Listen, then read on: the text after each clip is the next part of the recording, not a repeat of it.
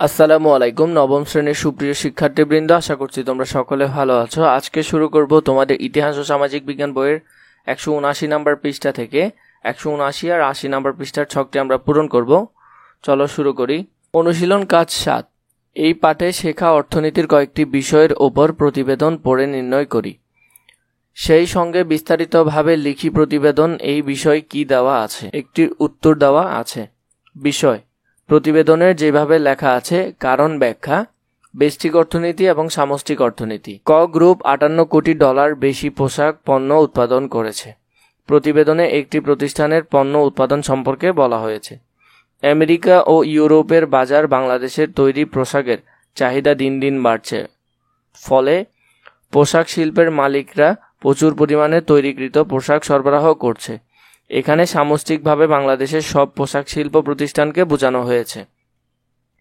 ব্যষ্টিক মানে মনে রাখবে ছোট পরিসরে, সামষ্টিক মানে হলো বড় পরিসরে। ব্যষ্টিক অর্থনীতি ছোটখাটো বিষয় নিয়ে আলোচনা করে থাকে, যেমন এখানে একটি গ্রুপের কথা বলা হয়েছে, ক গ্রুপ। কিন্তু সামষ্টিক অর্থনীতি আলোচনা করে থাকে বিশদ একটি, যেমন এখানে পুরো বাংলাদেশের বিষয়টি নিয়ে আলোচনা করা হয়েছে। ইতিবাচক অর্থনীতি এবং নেতিবাচক অর্থনীতি। ইতিবাচক অর্থনীতি এবং নেতিবাচক অর্থনীতি।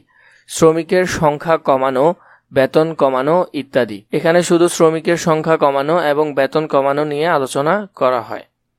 নেতিবাচক অর্থনীতি। অনেক মানুষ বেকার হয়ে যাচ্ছে, বিদায় সরকারের দ্রুত পদক্ষেপ নেওয়া উচিত। মানুষের ভালো মন্দ বিষয় আলোচনা করা হয়েছে। সুযোগ ব্যয়। পরিবেশ বান্ধব পাটজাত দ্রব্য ব্যবহার বাড়ানো। প্লাস্টিকের তৈরি ব্যাগ ও বিভিন্ন পণ্য সামগ্রিক ব্যবহার পরিহার। চাহিদা বৃদ্ধি। বিশ্ববাজারে বাংলাদেশের পোশাকের দাম কম হওয়ায় ভোক্তাদের কাছে পোশাকের চাহিদা বাড়ছে। দাম কমার কারণে চাহিদা বৃদ্ধি পাচ্ছে। যোগান বৃদ্ধি। পোশাকের দাম বৃদ্ধি পাওয়ায় পোশাকের যোগান বাড়ছে। দাম বাড়ার কারণে যোগান বেড়েছে।